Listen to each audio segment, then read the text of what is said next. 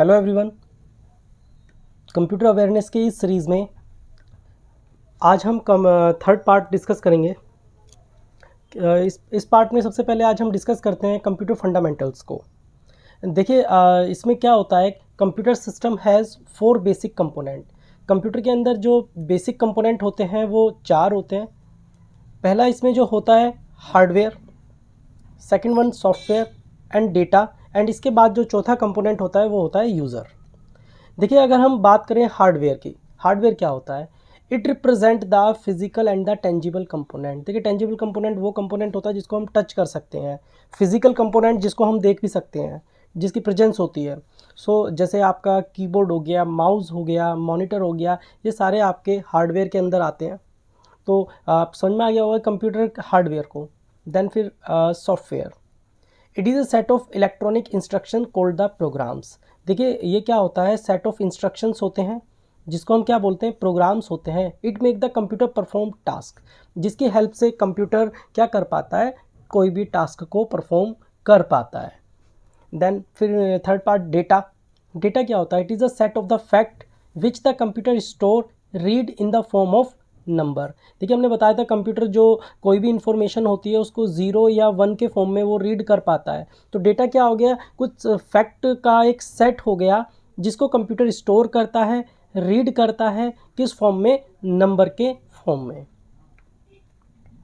अब यूज़र्स कौन होते हैं? हम यूज़र हैं भाई। अगर हमने कोई कंप्यूटर को इनपुट दिया, वो प्रोसेस होगा, देन प्रोसेस के बाद जो आउटपुट मिलेगा उस आउटपुट को यूज़ करने वाले हम ही लोग होते हैं। So user are the people who make use of the computer to obtain the certain result and outcomes. Next is motherboard. देखिए, आपने देखा भी होगा इस टाइप का एक सर्किट बोर्ड आपने देखा होगा। इस सर्किट बोर्ड को बोलते हैं पीसीबी। पीसीबी होता है प्रिंटेड सर्किट बोर्ड। इसके ऊपर डिफरेंट टाइप्स के कंपोनेंट माउंट होते हैं। जैसे आपको दिख रहे होंगे यहाँ पर, ये डिफरेंट टाइप्स के आपको कंपोनेंट नज़र आ रहे होंगे यहाँ पर। इस टाइप से ये पोर्ट हो जाते हैं कंप्यूटर के। तो मदरबोर्ड क्या होता है? It is the main printed circuit board. एक मेन प्रिंटेड सर्किट बोर्ड होता है कंप्यूटर का, that carries the central processing unit chip. इसके ऊपर जो सबसे इंपॉर्टेंट यूनिट होती है, जो जिसे कहते हैं brain of computer, CPU, central processing unit.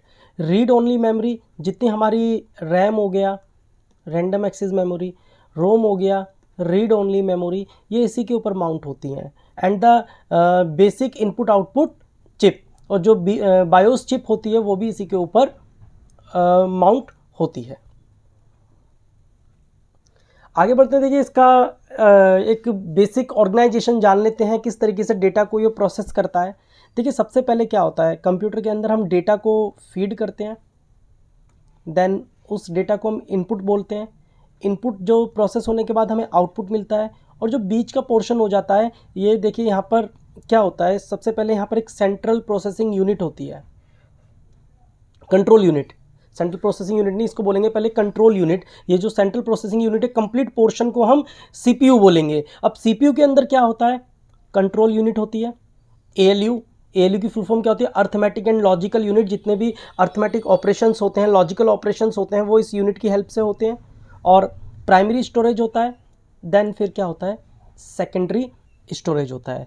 आपको ये ध्यान रखना पड़ेगा। देखिए, जो प्राइमरी स्टोरेज होता है वो एक तरीके से ब्रिज का काम करता है between control unit and secondary storage. अब ये होता क्या है, प्राइमरी स्टोरेज, सेकेंडरी स्टोरेज, वो आगे की स्लाइड्स में हम इसको जानेंगे।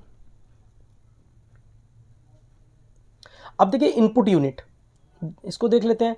The input unit is used for giving instructions and data by using the input device. देखिए, इनपुट डिवाइस की हेल्प से, जैसे कि कीबोर्ड हो गया, उसकी हेल्प से हम कंप्यूटर को इंस्ट्रक्शन देते हैं। It convert these instruction and data to the computer acceptable format.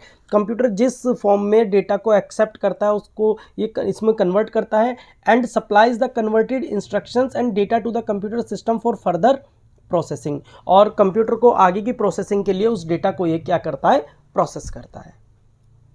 Central processing unit, central processing units यानी कि CPU, perform most of the processing inside a computer. देखिए कंप्यूटर के अंदर जो सबसे ज़्यादा प्रोसेसिंग का काम होता है वो सीपीयू के द्वारा ही होता है। CPU have been constructed on a single integrated circuit, यानी कि एक सिंगल चिप होती है और सिंगल चिप के ऊपर ही पूरा सर्किटरी डिजाइंड होती है। It consist of control unit, इसके ऊपर कंट्रोल यूनिट होती है, ALU arithmetic and logical unit होती है, और क्या होती है, मेमोरी यूनिट होती है।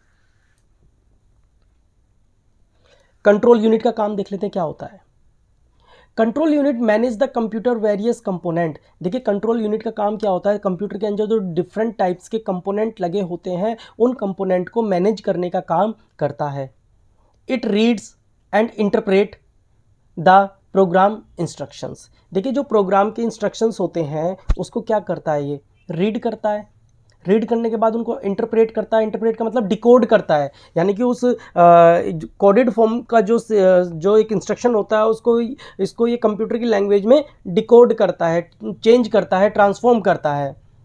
Transforming them into control signal, और उसको कंट्रोल सिग्नल के फॉर्म में ये चेंज करता है, ट्रांसफॉर्म करता है, that activate other part of the computer. और कंप्यूटर के अदर पार्ट को क्या करता है, ये एक्टिवेट करता है। सपोज दैट हमने इनपुट यूनिट के थ्रू कंप्यूटर को कोई इंस्ट्रक्शन दिया, उस इंस्ट्रक्शंस को कंप्यूटर नहीं समझ पाएगा, उसको अपनी लैंग्वेज में कन्वर्ट करने के पहले कन्वर्ट करना पड़ेगा, उसको डिकोड करना पड़ेगा, तो ये काम कंट्रोल यूनिट का होता है। कंट्रोल यूनिट इस काम को करने के बाद जो कंट्रोल सिग्नल होता है उसको ट्रांसफॉर्म करता है और कंप्यूटर के अदर पार्ट को क्या करता है, वो एक्टिवेट करता है।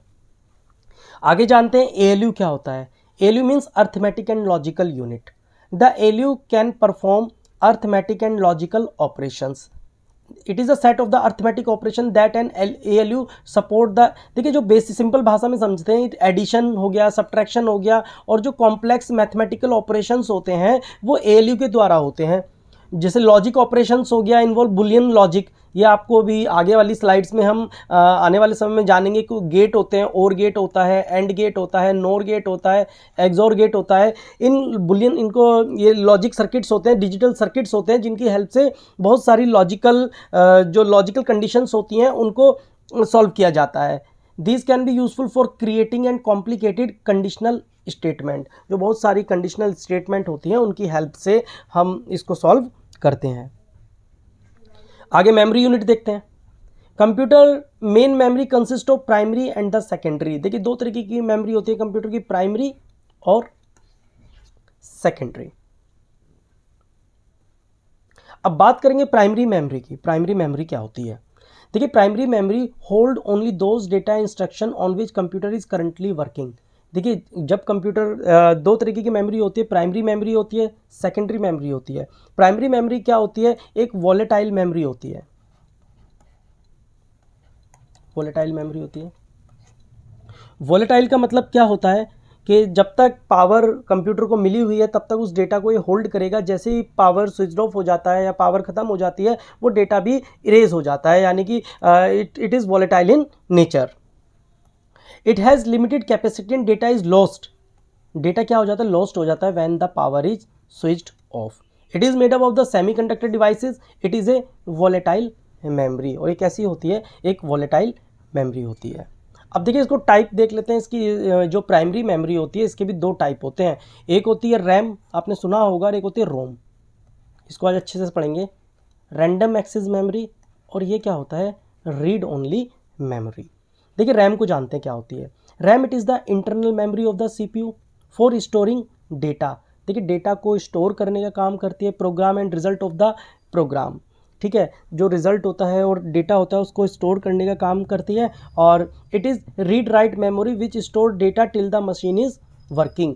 और ये रीड राइट फॉर्म में होती है, और ये डेटा को कब तक स्टोर करती है, जब तक कि मशीन वर्किंग में होती है। जैसे ही मशीन वर्किंग में नहीं होती वो डेटा क्या हो जाता है, लॉस्ट हो जाता है। आगे देखते हैं टाइप क्या होते हैं। देखिए जो रैम होती है उसके भी तीन टाइप होते हैं, D RAM, S RAM, S D RAM. D RAM का मतलब क्या हो गया, dynamic random access memory, static random access memory. और एस डी रैम का मतलब होता है synchronous dynamic random access memory. इनको वन बाय वन जानते हैं होता क्या है। देखिए डायनेमिक रैंडम मेमोरी क्या होता है, D RAM must constantly refreshed. देखिए इसको कॉन्स्टेंटली रिफ्रेश करने की ज़रूरत होती है और इट लॉसेज इट कंटेंट्स। अगर ऐसा नहीं करेंगे तो इसका डेटा क्या हो जाएगा, लॉस हो जाएगा। This type of memory is more economical, काफ़ी इकोनॉमिकल होती है। क्योंकि देखो इसमें क्या होता है, देखो अगर थोड़ा टेक्निकल आप इसमें जाते हैं, जो 1 बिट इंफॉर्मेशन को स्टोर करने के लिए किसको यूज़ करती है, कैपेसिटर को यूज़ करते हैं इसमें। और कैपेसिटर क्या होता है, किसी भी इंफॉर्मेशन को चार्ज के फॉर्म में स्टोर करता है। अब कोई भी चीज़ अगर चार्ज होती है तो कुछ समय के बाद वो डिस्चार्ज होने स्टार्ट हो जाती है। अगर इसको आप रिफ्रेश नहीं करोगे, इसको पावर नहीं कॉन्स्टेंटली पावर नहीं मिलेगी तो वो क्या हो जाएगा, डिस्चार्ज हो जाएगा। डिस्चार्ज हो जाएगा तो वो डेटा क्या हो जाएगा, वहाँ से लॉस हो जाएगा। सो इट कॉन्स्टेंटली रिफ्रेश्ड, इसको कॉन्स्टेंटली रिफ्रेश करने की ज़रूरत पड़ती है। बात करते हैं एसरैम की, static random access memory.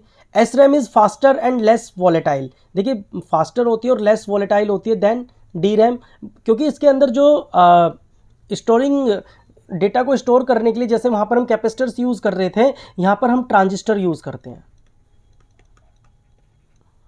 Okay तो ये क्या होता है कि लेस वॉलेटाइल होती है but require more power and more expensive, और काफ़ी ज़्यादा पावर की रिक्वायरमेंट होती है और काफ़ी ये एक्सपेंसिव भी होती है। It does not need to be refresh like a D RAM. इसको डी रैम की तरह क्या होता है, रिफ्रेश करने की ज़रूरत नहीं होती है। अब बात करते हैं एस डी रैम की। ये भी टाइप है रैम का, but it can run at much higher clock speed. जो इसकी क्लॉक स्पीड होती है ना, जो इसकी परफॉर्म करने की जो स्पीड होती है वो काफ़ी ज़्यादा होती है। नेक्स्ट वीडियो में हम अभी हमने रैम कंप्लीट किया है, नेक्स्ट वीडियो में हम रोम को कंप्लीट करेंगे। Okay, thank you for watching this.